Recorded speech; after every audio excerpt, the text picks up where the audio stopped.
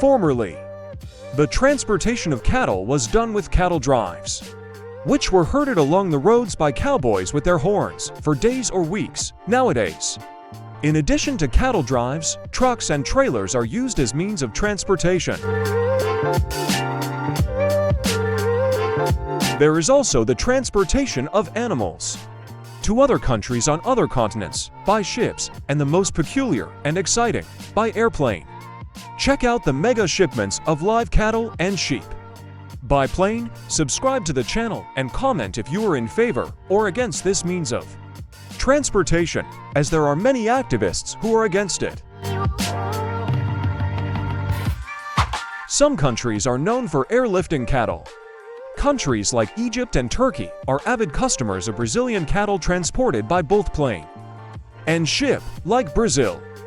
Australia is also a major supplier of live cattle to other countries, utilizing both ships and airplanes, especially to Asian countries, particularly Kazakhstan. The aircraft typically used to transport the animals through the skies is a 747 cargo, widely used in logistics worldwide, especially in the transportation of cattle. An aircraft fully adapted for live cargo. These planes are called intercontinental, and there are 41 such aircraft flying around the world. The cargo model has the capacity to transport 135 tons of cargo.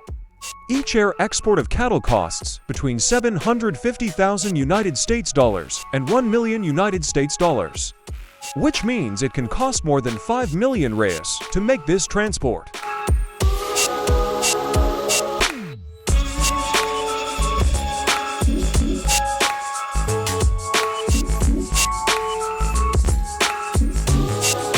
Typically, the animals are transported in wooden crates. Males and females travel separately, in wooden cages measuring 3 meters by 2.30 meters, with the floor covered with rice straw, an absorbent mat, and a pocket diaper, as the plastic covering the crate on the outside is called, to prevent the highly corrosive urine from damaging the aircraft floor. The stalls are designed to transport generally 5 animals at a time. This is not the most economically viable transport, but it usually involves some genetic project to take genetics to other countries or some humanitarian aid.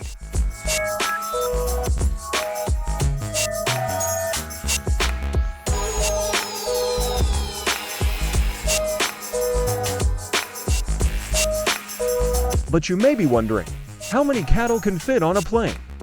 In 2020, a live cargo of 190 Gujarat cattle was sent to Senegal through Viracopos Airport in Campinas, SP. There were 20 bulls, 109 cows, and 65 calves. The Cargolux Boeing 747, a company based in Luxembourg, has a capacity of 755 cubic meters and traveled to Senegal carrying 34 wooden crates, each containing 5 Gujarat specimens transported standing up to prevent any from lying down and being trampled, and without water or food. Additionally, to compensate for the cattle's perspiration, the temperature is regulated to 15 C.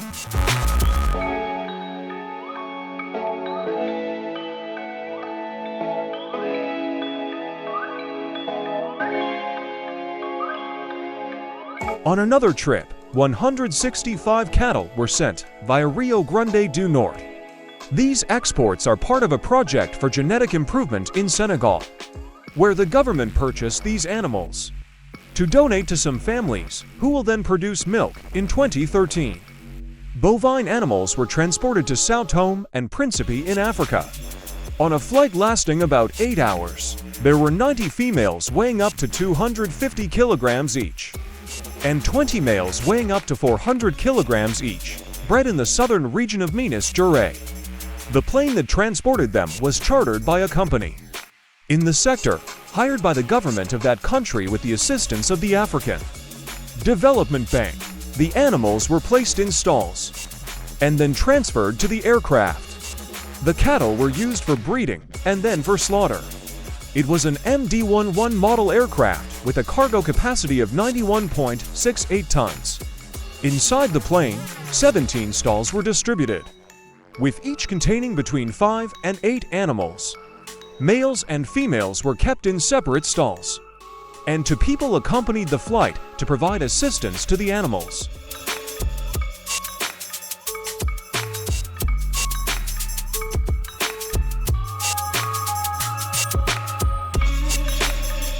The first bovine to fly in the world was a Holstein calf in 1942, which flew from Rotterdam in the Netherlands to Paris, France, by the airline KLM Royal Dutch. After that, cattle transports by plane began worldwide in the 1970s. For example, there was a record of nothing less than a mega shipment of cattle on an airplane.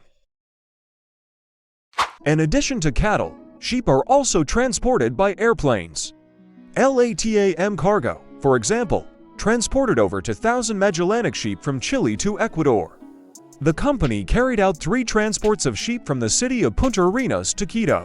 The more than 2,000 sheep were divided into 3 cargo planes, specially adapted for the transportation of live animals.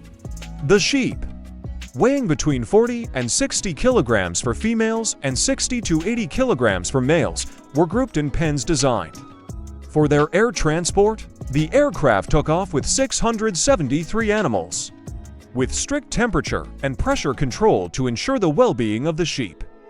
During the journey, the animals were destined for indigenous communities, producing sheep and wool handicraft workers living in the mountains in central Ecuador, and will be used for restocking and genetic improvement.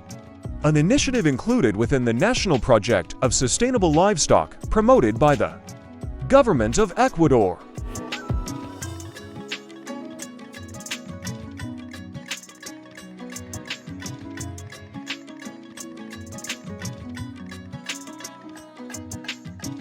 Another unusual but well-known form of transportation, especially among Brazilians, is the export of live animals by ship. The world's largest livestock carrier, the Nada, a giant designed to carry 30,000 head of cattle, set a record for live cattle exports at the port of Santos, Brazil, in 2017, with over 27,000 head. This was the longest, most debated, and emotional shipment. In 2021, the ship returned to Brazil, carrying about 26,000 animals from the port of Rio Grande to Turkey and Lebanon.